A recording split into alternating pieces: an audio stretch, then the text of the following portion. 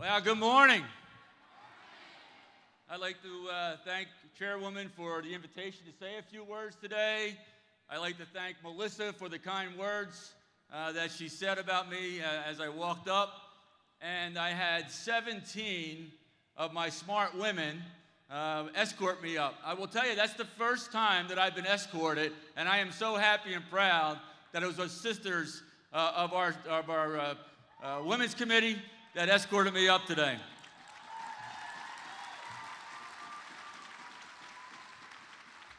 Well, I do want to say that I am a rookie at this event. So this is unbelievable. It's incredible. I am personally and in my career marking this moment of being in the House of Labor with all my sisters from across the United States and Canada, affecting change for the members and workers in both of our countries. I got to tell you that the unity and the energy and the solidarity that you have standing shoulder to shoulder on issues that affect women and minorities in the trade, we really thank and appreciate what you do. My second mark is this is the largest group that I've ever had the pleasure and honor to speak before. This is awesome.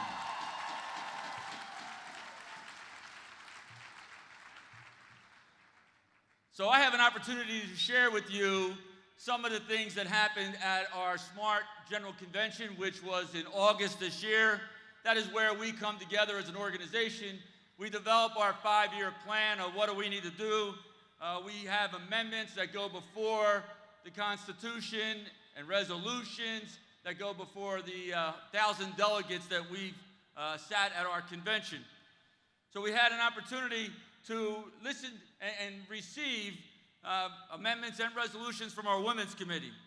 They were about achieving strategic goals that we have as an organization. I will say that I will touch on a few, which is only a few of the many, but they were all unanimously approved by all delegates at our convention in August.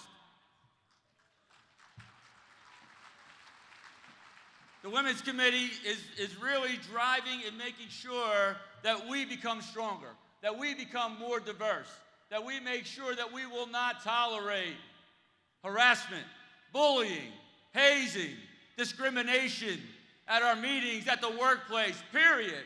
We will not tolerate it, and we need to stand up and make sure that our sisters and our brothers and sisters are making sure that we're standing up united. We also, one other change that we made is that it's a chargeable offense now by the Constitution, member to member, for harassment and discrimination practices. So you will be held accountable. Our members will be held accountable for mistreating workers. Our members will be held accountable and subject to union trial procedures and charges and defense and discipline within those trial procedures. And that is not just at the worker level, that is at every level of our organization, right on up.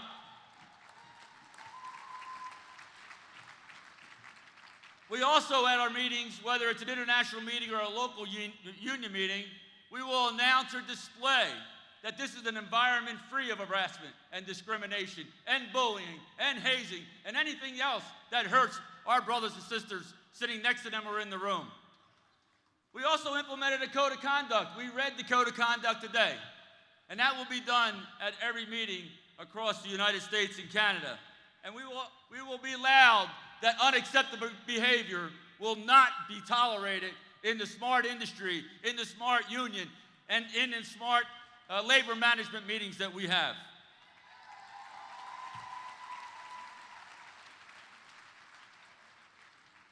We also implemented and 100% approved that our Constitution will be gender neutral, and the language is being changed right now, so effective October 1st, we are effecting that change. So that is a few of the amendments that we've adopted unanimously, and we had some very important resolutions, such as what Secretary Treasurer Liz Schuler witnessed, where our goal is to double our SMART women before our next convention, so that we can make sure that we are moving local by local and international and region together lockstep in improving improving the opportunity and the upward mobility for women and workers across the United States and Canada. We want to make sure that we provide the training classes and the mentoring classes so that there's upward mobility and paths forwards into the sheet metal industry.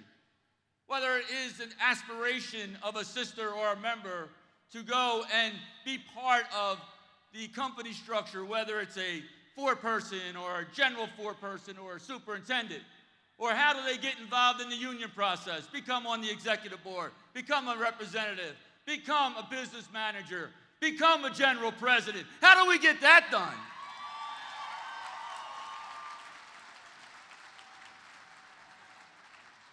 Our industry, through the leadership of our Smart Women's Committee, will affect change. They continue to work and are instrumental in everything that we've done. They put the sweat equity into the resolutions and the amendments. They made sure not only did they draft it, but they had areas and locals and regions adopt the same one, and therefore affecting change at our constitutional convention at a unanimous vote. But they haven't stopped, and they're not going to stop.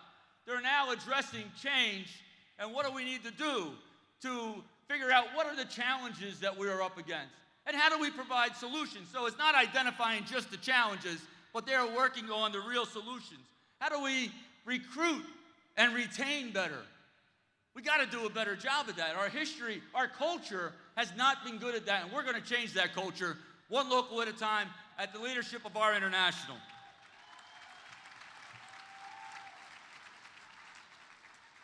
And I am very happy because of this culture shift. We now have locals that are adopting policies that are really now taking us to a new level. I will say that in Local 66, which is in Seattle, they now have a child care program.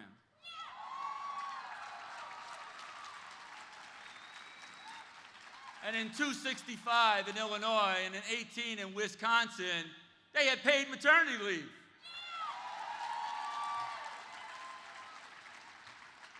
So we have a long way to go, but we will continue to now sanitize. And in fact, this Tuesday, I am meeting with every local, and we are going to provide the resources that they can implement in a more easily fashion those child care plans and no paid maternity leave plans, so that we have more locals adopting the good and the best practices that are happening across the United States and Canada.